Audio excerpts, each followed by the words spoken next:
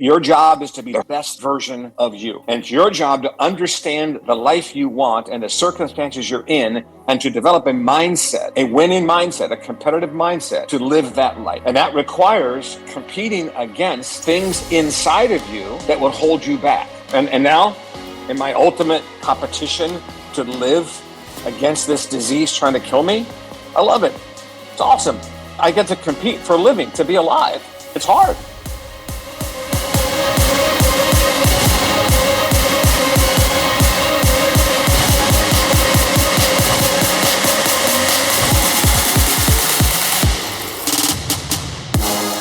Once again, it's another great day to get better. Welcome to Becoming Undone, the podcast for those who dare bravely, risk mightily, and grow relentlessly. Join me, Toby Brooks, as I invite a new guest each week to examine how high achievers can transform from falling apart to falling into place. For Columbus, Ohio native Tim Kight, an early love for the sport of football was overshadowed by his performance on the track, where his success as a hurdler led to multiple state and national championships, and eventually a scholarship to compete and study at nearby Ohio State University. After 1 year, though, he opted to transfer to UCLA in California, where he continued his pursuit of athletic achievement. Exposed to a new world and new opportunities, he flourished, ultimately laying the groundwork for what will become his lifetime of study and practice in, as he says, observing, curating, and documenting the behavior patterns of elite high performers. Over time, he developed his unique system, Focus3, where he and his team today teach and practice how our response to the things that happen in our life is the most important thing we can actively choose to help influence our outcome. Today, Tim also serves as a consultant to some of the most prolific leaders and organizations like the USC Trojan football team, Ohio State University, and former college and NFL coach Urban Meyer. And in the past few years, Tim's had to live out his own teachings as he wages battle against stage 4 cancer. Hear Tim tell his story of choosing his own response, owning his 20 square feet of influence, and how we can do the same in episode 46, Hurdles with Tim Kight.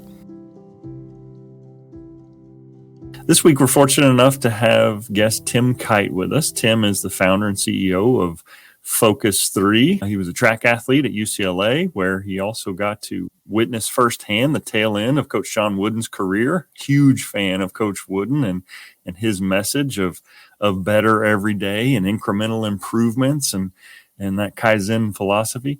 But Tim has carved a niche for himself and has become kind of a go-to expert for not just individuals, but organizations looking to improve and become high performers. So, Tim, it's great to have you. Welcome. Toby, thanks for having me. Yeah, it's a privilege to be on your show. Oh, I thank you. So I usually start off with a little bit of a softball. What did you want to be growing up? That's a topic I've addressed a lot with people over the years. I had several streams that I pursued, particularly as I got into college, and I wanted to be either a coach or a professor or teacher of some kind, either high school or college. I wanted to be in business or I wanted to be in ministry. So, and I was passionate about all four of those.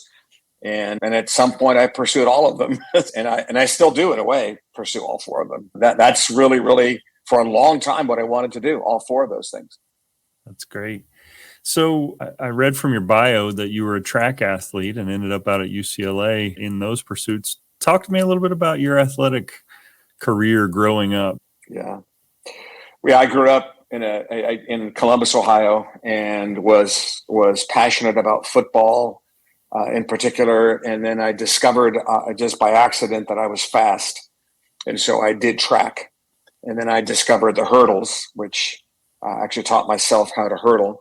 I'm thinking 7th grade it was. I had my mom drive our Volkswagen bus to the school, and we brought hurdles home, and I put them in the backyard and taught myself how to hurdle. Now, I'm going to jump in a little earlier than normal here, but Tim's story and his message to me are both an example of how our pasts and our presents can prepare us for our futures. In Tim's case, he loves sports, and he grew up near the epicenter of American football in Ohio, only about 100 miles from the Pro Football Hall of Fame. But it wasn't football that changed his life forever. It was track and field. And what event is befitting a man who would one day become one of the most sought-after speakers, coaches, and development experts on how you and your team can overcome obstacles and face events head-on in order to improve outcomes? Fittingly, the hurdles. Tim's ability to fly over the barriers in his path may have started as a literal one, teaching himself the discipline in his own backyard, but the lessons sank in deep and helped him to one day become an expert in doing it figuratively as well. And then so in middle school, I had some success. And when I got to high school, discovered that was really a track event that I excelled in. So played football, ran track all 4 years of high school, and ended up the state champion my senior year in the hurdles. And then my senior year, I was fortunate enough to be national champion of my track event. So there were 2 national championship meets. I won both of them. And then just the 330 intermediate hurdles was the actual race. And then I went to Ohio State as my freshman year, and then discovered that Ohio State was not a track-oriented school at the time. Now they got a great track team, but back then not so much. So then I transferred to UCLA, which was the track and field center of the universe at that time. Yeah, and that's what got me out to the West Coast. Yeah, interesting that sometimes the abilities and the skills that we have just kind of make themselves known. Like you started off in football and probably discovered that speed. And I don't know how often you hurdled opponents on the football field, but becoming proficient and as a national champion hurdler. What kind of opportunities? I mean, you went to Ohio State. It was probably relatively close, one of the larger programs that showed interest in you. But what was that recruitment process? You were encountering that success in high school. Yeah, I mean, I think we all go through this, looking back, reminiscing. If I knew then what I know now, kind of thing. You know, what would, I'm 70 now, and what would 70-year-old me, and I've thought this all along the way. I look back because I do so much work with collegiate and professional athletes and business people who, you know, we look back and have a similar conversation. When I get to know a client, like, tell me about where you came from. Tell me about your family life. Tell me about your background. What were you interested in? I engage that way with all of our clients. And when I look at my own life, you know, I look back at that, and my real passion and love was football. Track was not something that I did because I really loved it. Track was something I did because I was really good at it. And I'm not saying I would not have run track had I known then what I know now, but what I would have done was, and this sounds weird, I still would have run the hurdles, I guess, because it was an athletic track event, right? You're running over hurdles rather than just running. But I loved football, and I knew so little about football back then.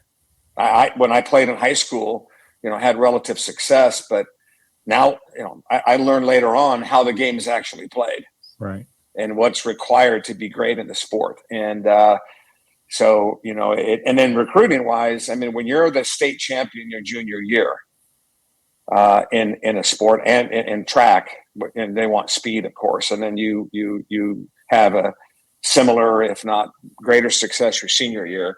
I had offers from every school in America, but it's pretty simple. My dad was an Ohio State grad. My granddad, and great granddad were Ohio State grads. So my father said, "Hey, you can visit any school you want. You're going to Ohio State," more or less. Yeah. So the recruitment certainly wasn't what it is today. But yeah, I'd locked into Ohio State early on. I grew up a Buckeye fan. I went to all the games, the football games, and you know, it was not pressure filled at all. And I did not feel pressured, honestly. When I say that about my dad, it was almost tongue in cheek. I really did, and I still do have tremendous affinity for the Buckeyes and what they do. I work with Urban Meyer. I was the leadership coach for Ohio State football during Urban's time there, and still maintain a very close relationship with Ryan Day and Mickey Marotti, the strength coach, and other coaches on the staff. And so, yeah, I love Ohio State. But that's where I went, and it was close to home. I mean, it was 30 minutes down the road for me. But it was right to go to the West Coast for me. Yeah. I think it will be telling to hear this because it sounds like you encountered a lot of success early, and it was a pretty steady uphill climb. You were state champion as a junior, national champion as a senior, and kind of following in the family footsteps of Ohio State. But then you veer off and do your own thing. What was that transition like for you mentally? Were you concerned about disappointing your father? Were you pulled toward UCLA or pushed from Ohio State? What was that like for you? Yeah, a couple of things I think when I look back on it. I had a pretty serious hamstring injury my junior year on my lead leg and hurdles, and was not expected to have recovery in time for the the conference championship, regionals, district, stuff like that. And I recovered in time to compete in the, conference, district, and then win the state, and had the same injury my senior year later in the season. And they were saying, okay, defending state champ, he's not going to make it. Right. And I was able to limp my way to placing in these various events, got third in the state meet my senior year because I wasn't fully healthy. And then did get healthy the following week, won what's called the Ohio Track Classic. And I learned a lot, and then obviously went on to win the national events. I learned a great deal about resilience, about overcoming injury. And it's something I work with a lot of athletes today on. What do you do when you're injured? What's your mindset when you're injured? How are you handling, what are the opportunities that injury affords you? Me again. I absolutely love this thought. And it's one I've preached to my athletes and my students who work with athletes of their own for decades now. Injury sucks, especially when time can't be recovered.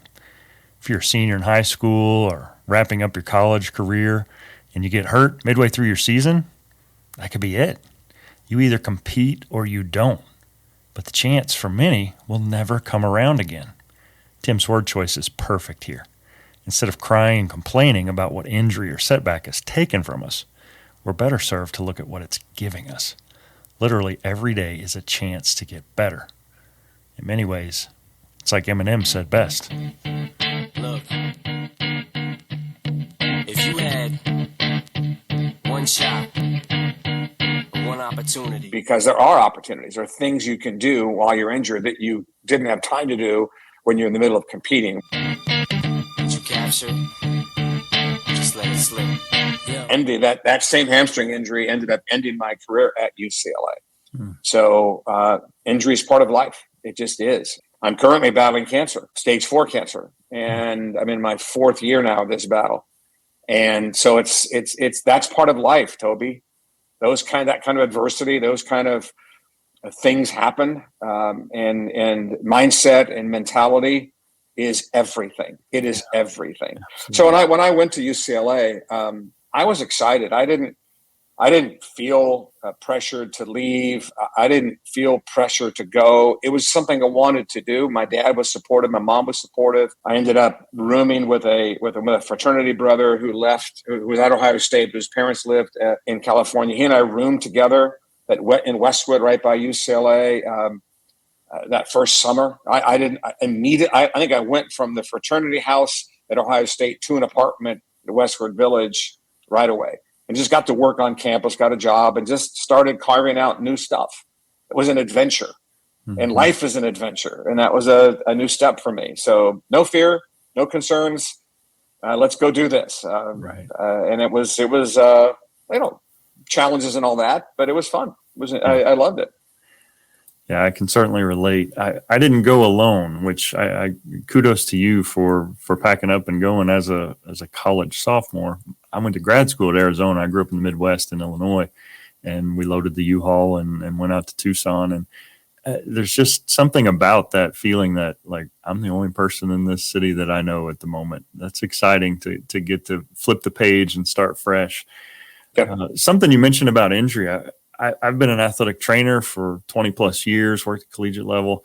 I definitely think that we missed the mark and a lot of rest when there could be alternative approaches to getting better. And I'm a big fan of on-field rehab and mental reps. And like you said, things that you can do that aren't limited by a physical injury. And so often we just kind of wait for the page to turn on the calendar. Okay, well, I'll be better in a week. Well, you'll be a week older, but you won't necessarily be a week better. And I think a lot of healthcare professionals miss that. And so I love to hear you say that. Have you been able to leverage that growth that you encountered as a person, as an athlete, into your business, those lessons learned about competing through injury? How has that impacted you as an entrepreneur and as a professional? Well, I think just competition overall. I mean, the notion of competing is something that is timeless. I mean, you go way back in human history at any era, wherever it would be, Greeks, Romans, the Germanic tribes, Asia, African continent, North American continent. You want to live? You better compete. You better compete with nature, whether you're hunter gatherer or you're farming, agricultural. You didn't have electricity, you didn't have roads, you didn't have all. You'd better compete. And so competition is something that successful humans have always had to do. And at the end of the day, and it'd be awesome to have a time machine and go back and be able to speak their language and how they thought, like what was their mindset. And I think we discover, if we went back in history, and you can read the Greeks, right? You can read the Greeks and the Romans because they've written about what they were thinking. You can read Indian philosophy, and I'm speaking, North American natives or Indians in India or Chinese, or we've got writing.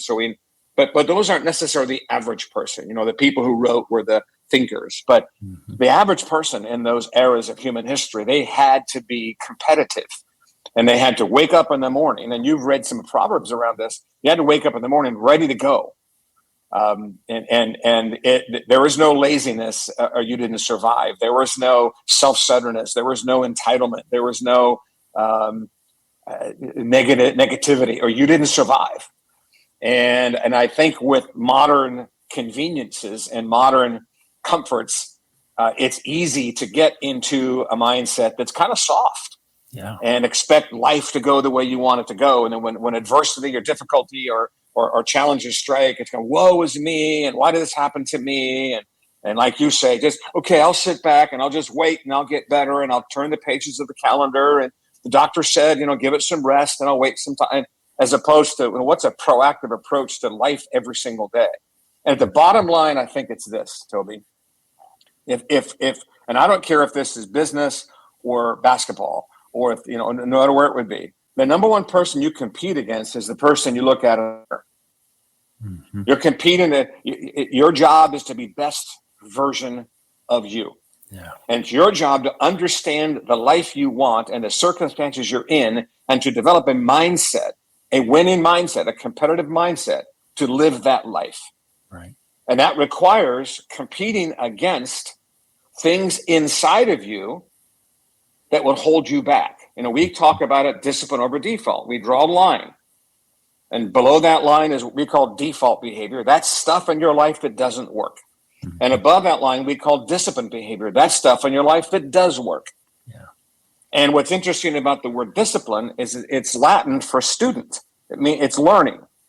Discipline isn't natural. You're not born with discipline. You have to acquire it. You have to develop it. You have to build it.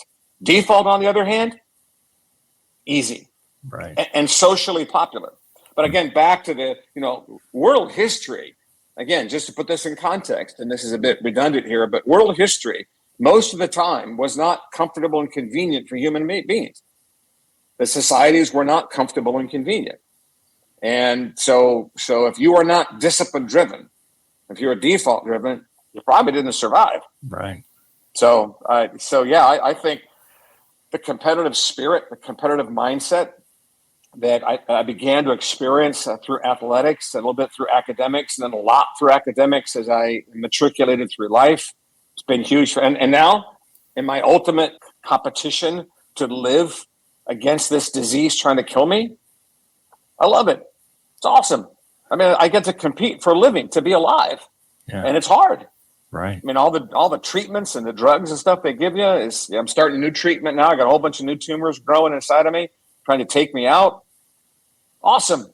Now, as I'm editing this show, I realize that somewhere around the 8-minute mark of our conversation, Tim dropped a bomb on me without skipping a beat. As he was winding down a thought, he slipped in that he's currently dealing with stage 4 cancer. Now, in retrospect, I was probably looking at my notes for the next question or something, but it literally sailed right over my head. I didn't acknowledge it. But he just said it, matter-of-factly, and moved right along. Friends, there are only 4 stages of cancer. The bigger the number, the further along. But in this soundbite, Tim goes further still.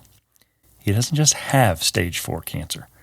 His mentality is that it's a privilege to compete against it.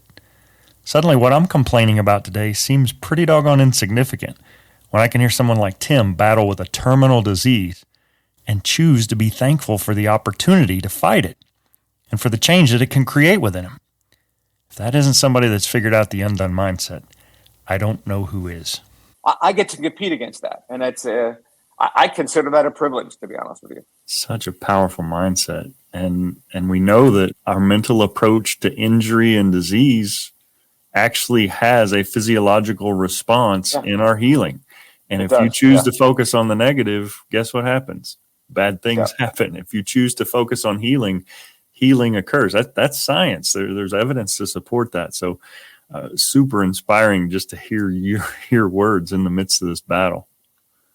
Now, I need to say to people listening to this that if you have a very, very, because you're at 100% correct, there's a relationship between the mind and the body, right? So the brain sends signals to the body, and the body listens and responds.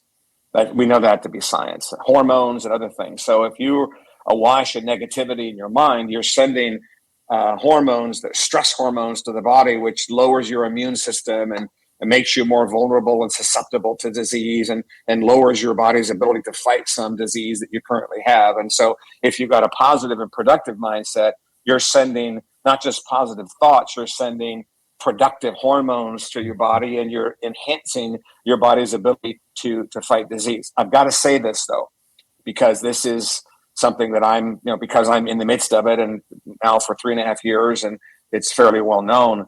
The fact is, you can have a very, very positive mindset and do everything exactly right and die very quickly. Yeah. I mean, the notion that, because I had some people call me and say to me, and this is very irritating, by the way, and it's quite presumptuous, and I think extremely unkind for some person to call me up and say, go on this diet, chant this mantra, and you're going to be healed of cancer. And then give me 2 or 3, my uncle or I know people who have a better mindset than I do, men my age, who have a better mindset than I do or similar to mine, who got diagnosed the same time I did, and they died in 6 months. Yeah. And I know some men who got diagnosed the same time I am, who are in a worse condition, that they got more tumors and their numbers are worse than mine. Mm-hmm. They're still alive.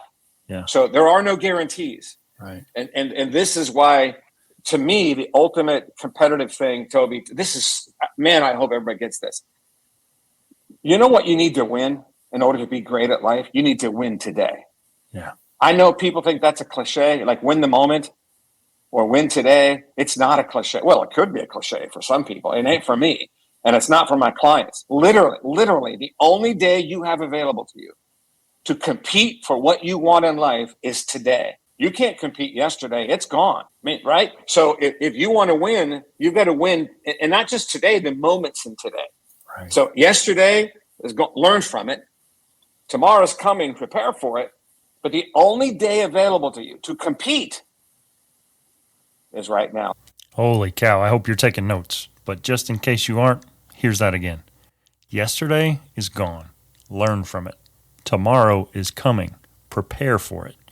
And today, the only day available for you to compete is right now. I don't know about you, but I needed to hear this.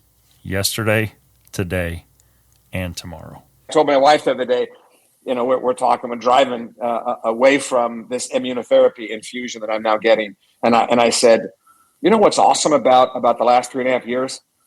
We've won every single day. We've won every single day of the last 3.5 years. Yeah. Cancer has taken nothing from us in the last 3.5 years. Ultimately, it will take my life. But between now and then, it takes nothing because we give it nothing. Yeah. And so when I think about parenting or athletics or business or whatever, whoever's listening to this, whatever you want in life, figure out what that is. In your family, your relationships, your health, your finances, whatever you want, athletics, whatever it is. And then what does today require of you? Mm-hmm. And then go win today. Yeah. And when today's over, get a great night's rest and go win tomorrow. Right. Toby, does that make sense? Is that so inspiring? Absolutely. And I think maybe I overstated it, but you said it so much more eloquently than I could have. It isn't about manifesting healing. it's about optimizing the healing environment, making it the That's it. best it can Perfect. be. And Perfectly so, said. as an athletic trainer, oftentimes we'll use therapeutic modalities, ultrasound or electrical stim or heat or cold or whatever. We're not causing healing. We're trying to make that environment as optimal as it can be so that the body either heals itself or it doesn't. And I gather from your opening statements, you're a man of faith. Oftentimes we're not privy to the grander plan. And so there may be factors in play that we don't necessarily understand. And not every prayer I've ever uttered has been answered, and sometimes thankfully, right? But at the same time, you control your controllables. And that's 1,000% in line with your teaching professionally, is that if mindset matters, I'm going to do the best job I can to have the best mindset I can have today. And that's really that is the start and stop of your assignment. And if you can max that out, man, you've done all you can do. And I love it. That's awesome. So when we teach resilience in our workshops, here's the mindset of resilience, and I think you'll find this helpful. Number one, do not be deceived by excessive optimism. Number two, don't be defeated by excessive pessimism. Number three, don't be distracted by things you cannot control. Have a plan, set a goal, have a plan, execute, monitor what happens, adjust accordingly, and always maintain a productive mindset. That's awesome. And so if you think about that, and don't get defeated by excessive pessimism, don't get distorted by excessive optimism, don't get distracted by things you can't control. Set a goal, have a plan, execute the plan, monitor the results, adjust accordingly, and then always maintain a productive mindset. Yeah. And I can say with tremendous certitude that mindset works. Yeah, absolutely. And that's all you can do, is max out what you can control. There's nothing new under the sun. I have this mantra I try to share with my students: strategic and purpose, relentless in pursuit. You plan your work, and then once you've planned your work, slow that one down. Say that again. You said that. Strategic and purpose, relentless in pursuit. Strategic and purpose. Be strategic about, know your why, know what you want and why you want it. That's the strategic and purpose. Is that the idea? Yeah. And then be relentless in the pursuit of that. Yeah. I like that. Once you've identified what that goal or that mission or that why is, then all that's left is the execution. You're going to do what you need to do today. Like you said, I'm not worried about what I have to do tomorrow. Maybe I've got a long-term plan, but the execution doesn't occur in 365-day chunks. It probably occurs in 12-hour chunks, honestly. And if I get so overwhelmed, or even smaller than that, by the way. Right. Yeah. You have certainly worked with some high performers, lots of high performers, as a matter of fact. What role do you think failure plays in the life of a high performer? Well, similar to what you just said about strategic in purpose and relentless in pursuit. One of the things that I've discovered about development and growth and achieving something, there's a diagram that we have that we call the edge. And so imagine, Toby, on the left is a box that says where you are now. And imagine on the right is a box that says what's possible. And you could say, like current state, future state, or now and then your goal. And so there's a gap. So there's a now and there's a not yet. And then between those two boxes is a horizontal line, which represents the work that you have to do to go achieve what it is that you want. So that's a great simple diagram for everybody. And everyone has that diagram in their life, whether they know it or not. They have a current state. There is stuff in their life that's possible. And there's work that needs to be done if they want to get to that current state. That's just a fact. There's no debating that. So along the way, though, what we do in this diagram is we draw a vertical line somewhere along that horizontal line, the vertical line, and fairly thick. We call that the edge. And the edge represents a spot on your journey to best version of you. Is the spot, a place on the journey where you're trying to get to some future state, trying to achieve some kind of a goal, where it gets really hard, where you run into adversity, where you have to build skill that you don't really have. And maybe it's a talent that you don't have. but you need a skill associated with that, but you didn't get born with that genetic wiring, or it's a level of skill you've never had in the past, and building that skill is difficult. What I've done is I have observed myself and others, what is it that achievers do to get past what do they do to get a breakthrough at the edge? Mm-hmm. What is it that happens at that? And I call that a decision point. And there's many edges. There's not just one, but the first one is always the one that's most dramatic. Like, oh, wait a second.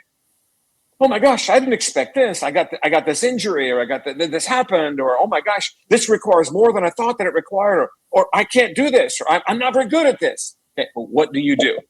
So what I've discovered is there are 5 choices that achievers make to get a breakthrough at that edge. 5 choices. And what's really cool, Toby, is no talent required. You don't have to have any genetic predisposition. You don't need to have high IQ. In fact, the most talented people tend not to make these 5 decisions. Most talented people don't make these 5 decisions because they've always relied on their talent. Right. When confronted with a non-talent related discipline, they shy away from that because failure is involved. So here you go. Here are the 5 decisions. Is number 1, and this is frankly a combination of your 2, be relentless in focus and effort. Or to phrase it, be strategic in purpose and relentless in effort. It's the same 2 things you just said. Yeah. So be relentless in your focus and effort. Know what you're supposed to be doing, know why you're supposed to be doing it, and absolutely be relentless in the doing of it. And when I say relentless, I literally mean relentless. Do not quit. Yeah.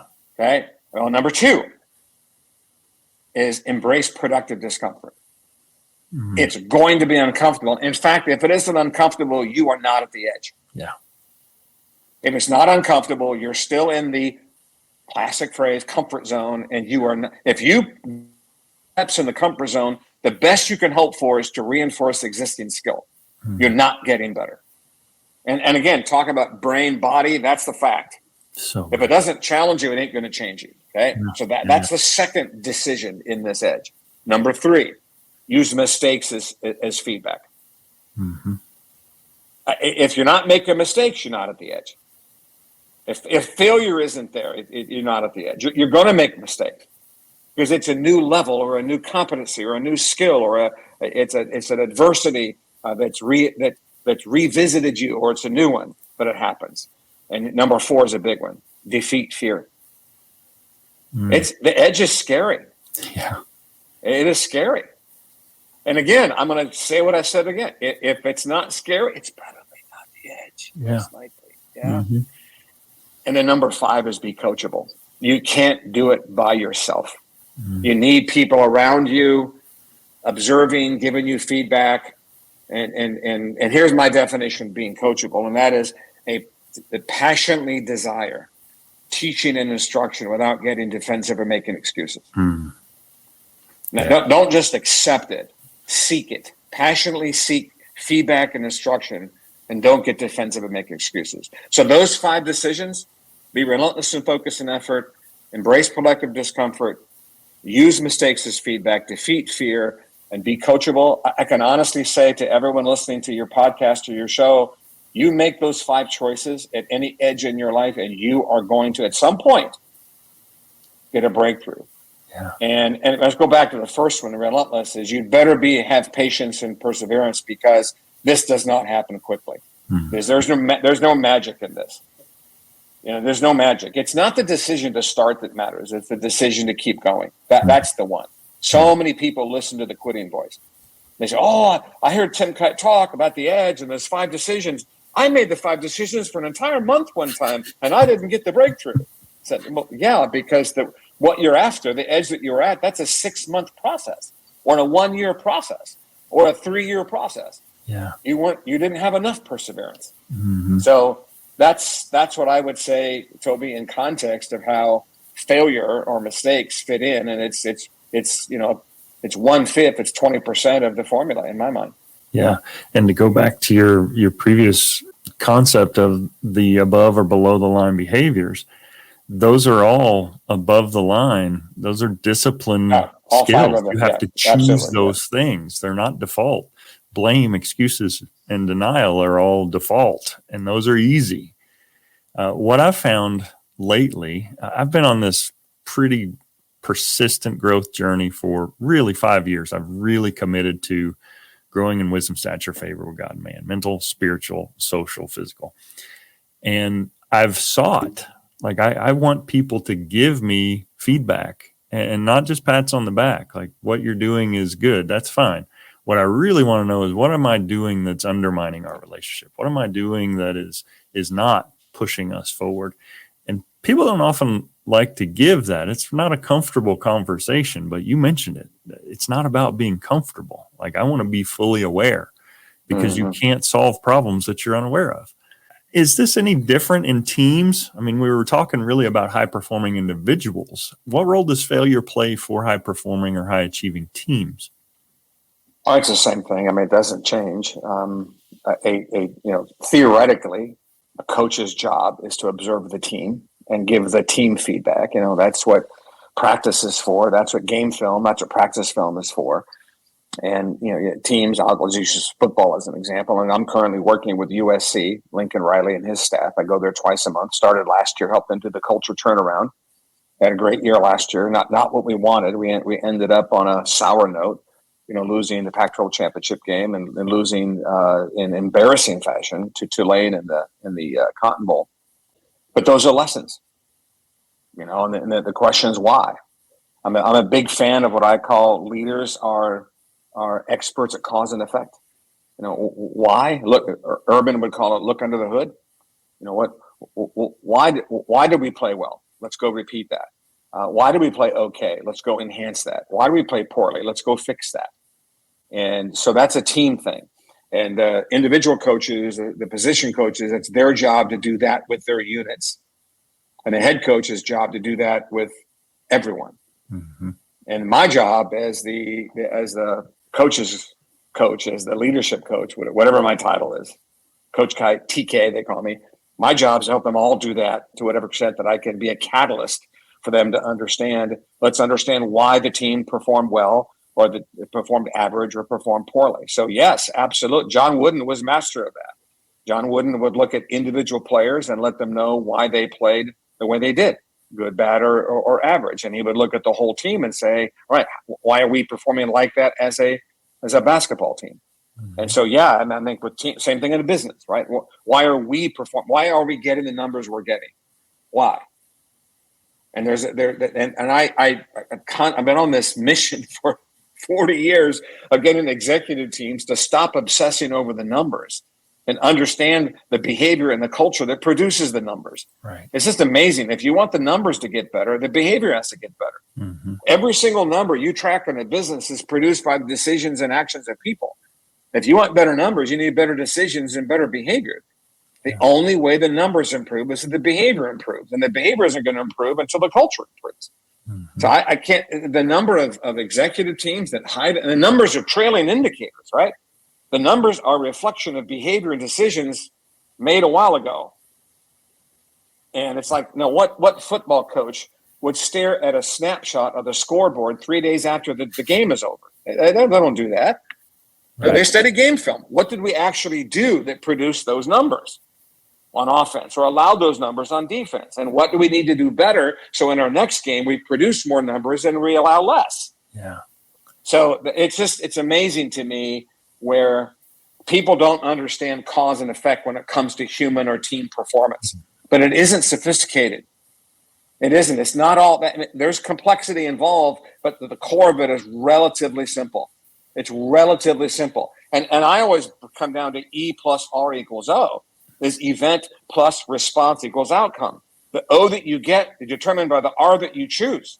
The outcome is determined by your response, not the event. The event is what events and circumstances and situations, they happen. Right. And you do not control them. It's how you choose to respond that produces the outcome. And the R in that equation is the only thing that you can evaluate, improve, and change to produce better outcomes in your life. The only thing. It's the only variable in the success of your life. Does the event matter? Yeah, it matters. Yes, circumstances matter. Yes, situations matter. Yes, context brings constraints. But if you want to read a great book on this, read Man's Search for Meaning by Dr. Viktor Frankl. Mm-hmm. Yes, that actually, that transformed my life. I read that maybe 6 months ago. I had this long, wordy purpose statement that I would parade around to my students. We would do purpose, mission, and vision statements. And when I read Frankl's work, and at the end, it's in a newer edition where he talks about how he was teaching in class and he asked his students to tell them what his purpose was. And as an educator, I've been a professor for 20 years now. I thought, first of all, how powerful that his students knew him well enough to know it word for word, but how succinct that his purpose in life is to help others discover and pursue their own. Like, that's it. Yeah. Like, that's what it boils. I don't need to make it into some grandiose thing. Frankl understood better than most how critical it is to some of the things we talked about before. He took control of his mindset, his thoughts. He took them captive. In the midst of unspeakable adversity and pain. Yes. And keep in mind, when Franco was arrested by the Nazis, his wife was pregnant with their first baby. Mm-hmm. And his parents were arrested along with him. He never saw his parents again. He never saw his wife again. He never saw his unborn baby. And they put him in concentration camps. And in the midst of that, he would say things like, if I survive this, I want to be found worthy of my sufferings. Yeah. They could take away my liberty, but they could never take away my freedom. Yes. And man's final freedom is the choice he makes of his attitude in response to any given situation in life. Mm-hmm. So when I say E plus R equals O, and that the key variable is your R, it's the one thing you can evaluate, change, and improve to produce better outcomes. I am not for a moment diminishing the challenges of the E. Mm-hmm. Here I am with stage 4 cancer. I get how constraining and challenging and difficult the E is. I get it, maybe as much as anybody. It doesn't change the fact that I'm responsible for my R factor. Yeah. It doesn't change the fact that I'm the one that chooses, Yeah. And my purpose statement, I think there's a couple ways to go about that. And I have shied away from like a singular purpose to a multifaceted one that I developed many, many, many years ago. And my purpose in life, and I gave a lot of thought and prayer to this, my purpose is several. Honor God, number 1, love my family, number 2, master my craft, number 3, be a good friend, number 4, and serve my community, number 5. My purpose is those 5 facets. Honor God, love my family, master my craft, be a good friend, and to serve my community. And my community service has expanded over the years to national/global in the sense of I get to serve a lot of people through social media. I'm writing the R Factor book right now. Obviously we do workshops, I do keynotes. I'm building a business. I've been building a business for a while. And one of the cool things about a number of those, particularly the 5th one, is I get to serve the community, the global community, after I die through what I write in the business that I build, so that other people at Focus3 will continue on with the legacy, as will my family. Legacy. Absolutely. Yeah. So you've become this highly sought after speaker. You work with some of the most elite teams that our country has. And honestly, if I'm really honest, that purpose statement I mentioned previously to help others discover and pursue their own, inherent within that is a yearning within my soul for reach, for impact. I want to help people deeply, but I also want to have breadth to my influence. And that's not coming from vanity. It's coming from a place of genuinely wanting to help. You've built that. You have breadth as well as depth in your business. And as an entrepreneur, you've certainly grown this. So kind of talk me through how you've turned these ideas into something tangible, like you said, that will outlive you, that will be a legacy for you along the way. Well, it's an interesting topic because that's a very interesting topic for a number of reasons. There's a lot of people out there a lot more famous than me that have a lot wider reach than I do, who have a great deal more notoriety and touch a lot more lives than I do. And there are people out there that don't have my reach. So I don't know where I fall on that spectrum. I'm definitely not one of the guys or people at the top. The thing for me that's been, and good, bad, or indifferent, I think I've been heavily and justifiably criticized for this, is I don't self-promote much. I've never aspired to notoriety. I probably have failed to be more strategic about how I go about promoting myself and the message. Part of that is just I'm not driven for that. But as I face now my mortality and I'm thinking, how much time do I have left, which is a lot less than I'm 70 and have this cancer battle. And my doctor said the last I'll share with you, he said, my life expectancy is now about 2.5 years. Which I don't accept or believe, but he may be right? And it may be less, hopefully more. I look back and I go, have I reached enough? What more can I do? Like, I should have written the book 20 years ago, books 20 years ago. And my motivation for writing the book is reach, not notoriety, right? I mean, when the book is finished, which it'll be finished sometime this year, hopefully published next year, and let's say I die in 2.5 years, I will not see any of the quote unquote notoriety or boom that comes from a boost that comes from the book. I won't see it. My firm will, my folks on my team will. So I'm probably not a very good person to ask that. I've always wanted it to be organic. I have candidly an antipathy for all the self-promotion stuff out there for people.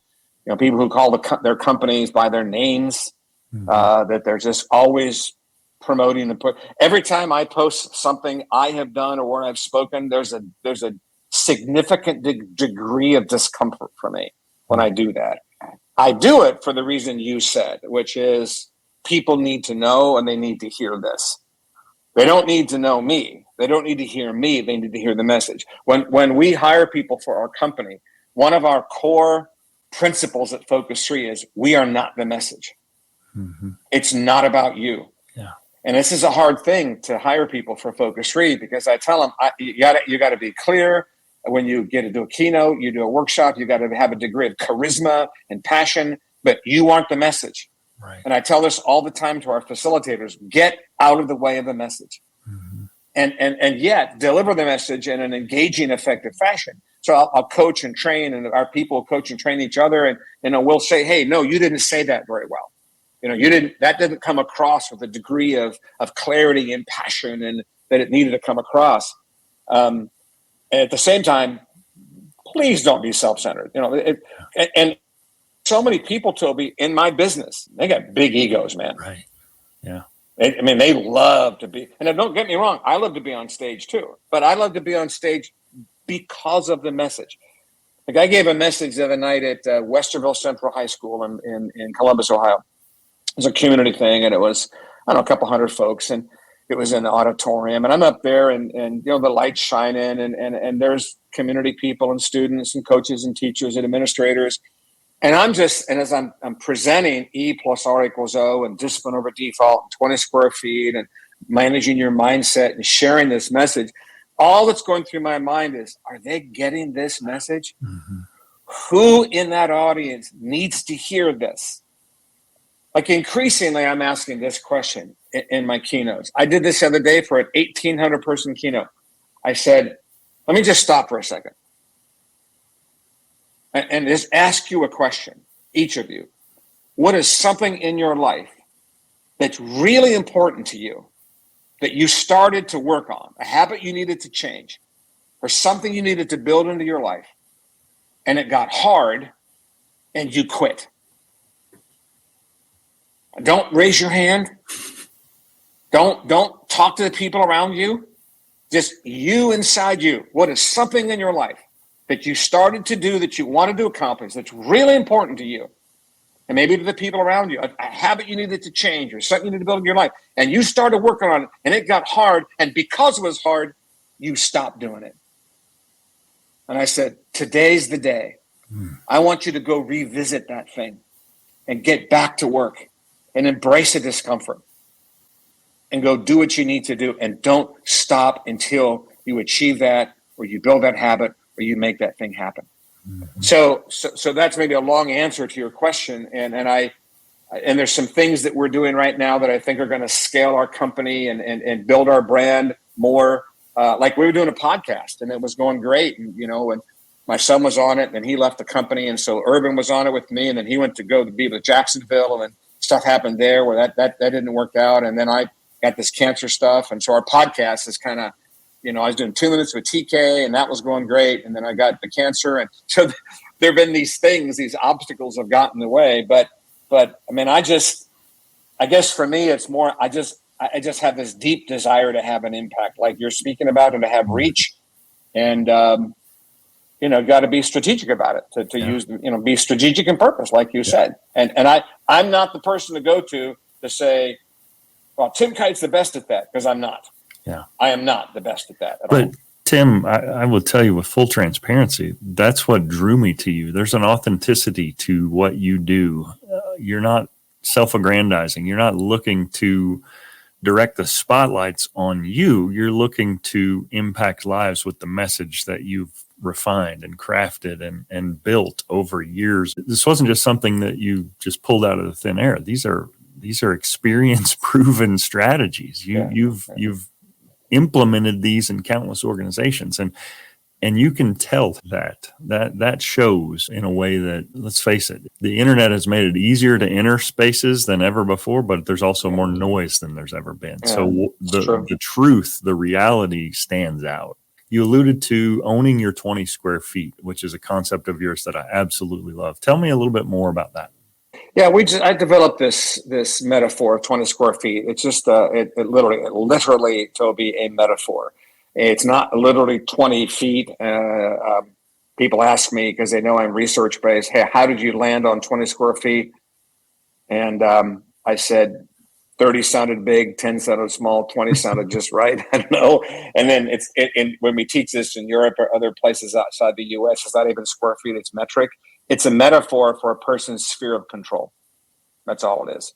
And the fact of the matter is every single person has a sphere of control. That is to say, an arena where they are the only one who decides what they do or don't do. Like I said from Dr. Frankel, they could take my liberty away, but they can't take away my responsibility, my opportunity, the reality that I get to choose my attitude and my action in response to what's going on. Situations can severely limit and constrain me.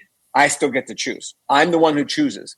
And when you stop and think about that, about how I am the one who decides what goes on inside my 20 square feet, me and only me, and and take complete ownership of that, that's where life success and frankly mental health begins. Mm-hmm. Because outside my 20 square feet, I've got influence and impact. And inside, I've got control and ownership and responsibility.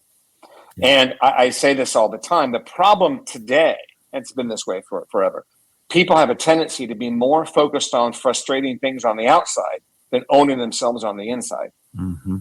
And so my big message it's true. You see it all the time. It's like, I get it. And often the frustrating things you're talking about outside your 20 square feet actually exist, and they are irritating and frustrating. But that's not the point. The point is, what are you doing inside your 20 square feet? So here's a big message. Don't let the frustration on the outside diminish the fire on the inside. So good. And you are responsible for your energy. I've seen this in elite people. They create their own energy. Mm-hmm. I made this decision many years ago. I wanted to untether my emotions from my circumstances.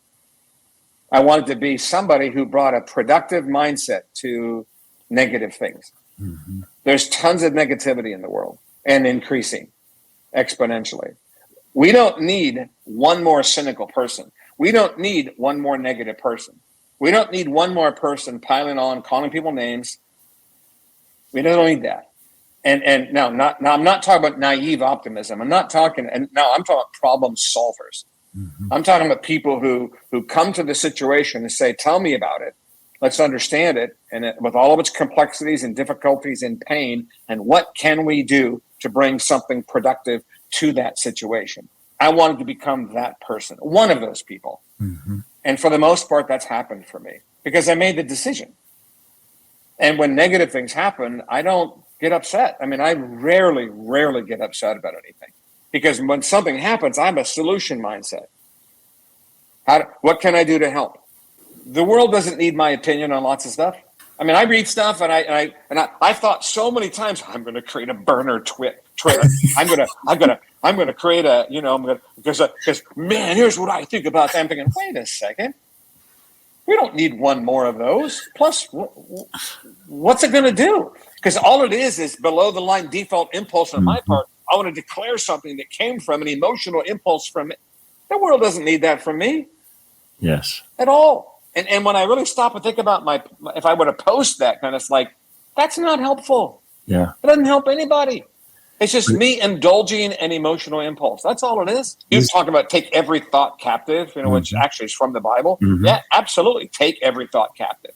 Yeah. And so 20 square feet is and it's a fact, by the way. You've got 20 square feet of the highway when you drive. You got 20 square feet of the airport when you fly. You got 20 square feet of your community where you live. You got 20 square feet of the school if you're in a teacher or a student or administrator. You got 20 square feet of a team if you're on it. It's your sphere of ownership and control. Yeah. So own it. And it's interesting to me. The things I learn from disparate places, completely different things, they come together, and there's this natural melding. So what the world would tell me is emotional intelligence and controlling, not letting that amygdala hijack occur, like using your higher centers as opposed, a measured response as opposed to an emotional response. Well, that's taking every thought captive. It's not a sin. It's not a problem to have a thought. It is a sin or a problem to act on it. And so giving yourself the grace to understand that, I've got this great tweet for my burner account, but the higher, your reason tells you, okay, I know better than to actually put that out into the public sphere. So I love that.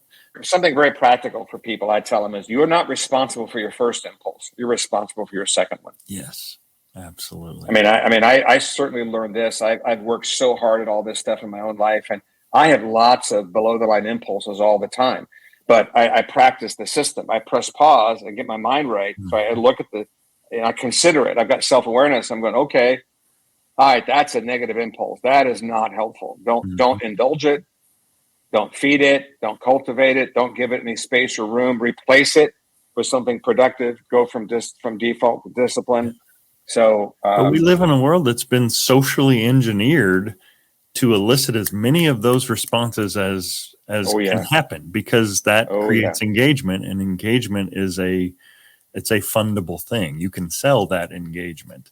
Clicks, baby. Clicks, baby. Exactly. And so this isn't a problem that's going to get less. This is a message that is going to be needed more, because each successive generation has grown up in this dopamine-soaked, quick response, just share your mind, be authentically you. Well, you can be authentically you, but still be civil and still have measure in your response. And so owning that 20 square feet, I think that's a powerful analogy. I'm going to share it with my kids later today. Awesome. So we'll wrap it up here. My next to last question, I love the insight that it gives me. If we were to play a montage of your life, what song would be playing in the background?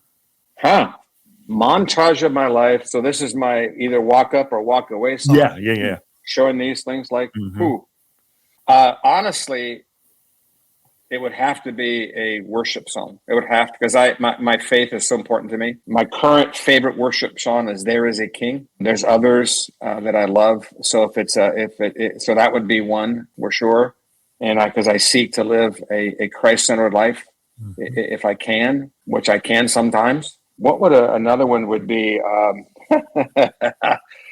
Oh my gosh, I'm going to be funny here. This would not be what it would be, but I love karaoke, and my wife doesn't like the real twangy country song. So I sing Amarillo by Morning by George Strait. And so maybe that's what it would be. She would laugh at that, but no, it'd be a worship song. It would be a worship song. That's awesome. I'd have to honor God.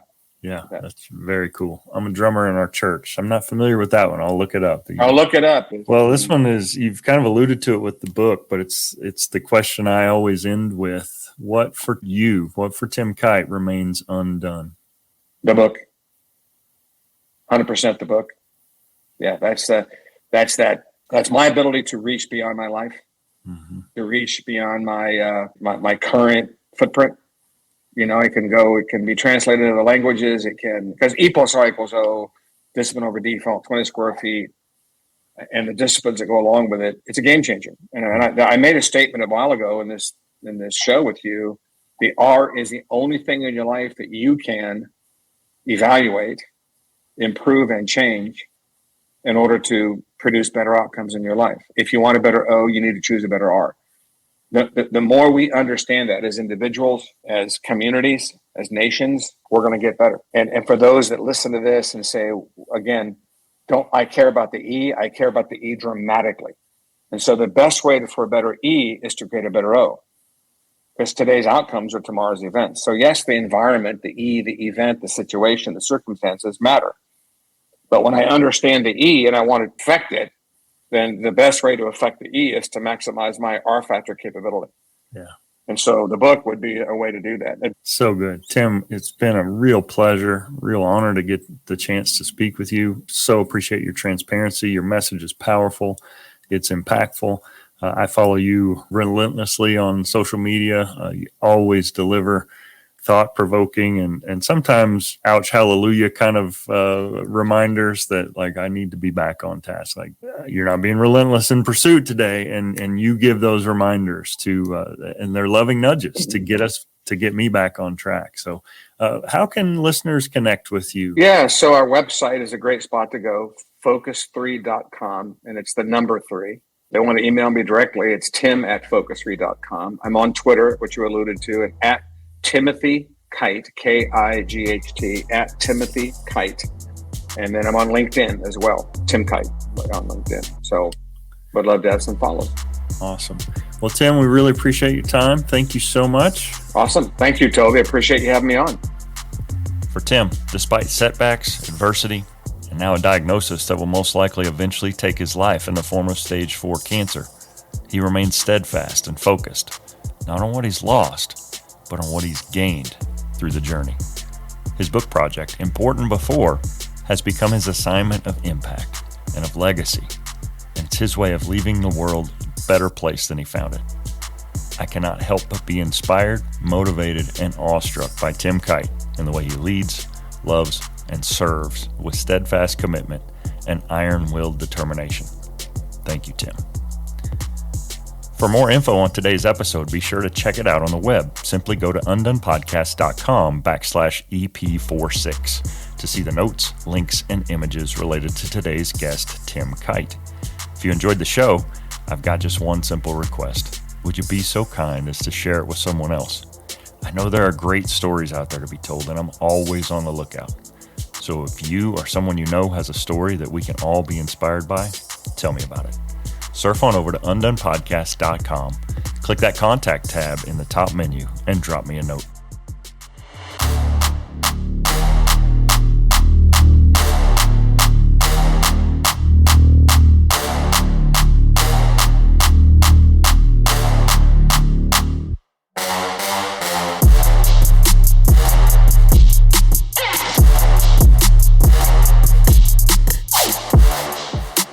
On deck, I've got legendary University of Washington strength coach Ron McKeefrey, one of the original 6 American Gladiators, Darren Malibu McBee, and cancer researcher and friend Phil Anton. So stay tuned. This and more coming up on Becoming Undone. Becoming Undone is a Nitro Hype creative production written and produced by me, Toby Brooks. You or someone you know has a story of resilience and victory to share for Becoming Undone? Contact me at undonepodcast.com. Follow the show on Facebook, Instagram, and LinkedIn at Becoming Undone Pod, and follow me at Toby J. Brooks. Listen, subscribe, and leave us a review at Apple Podcasts, Spotify, or wherever you get your podcasts. Till next time, everybody, keep getting better.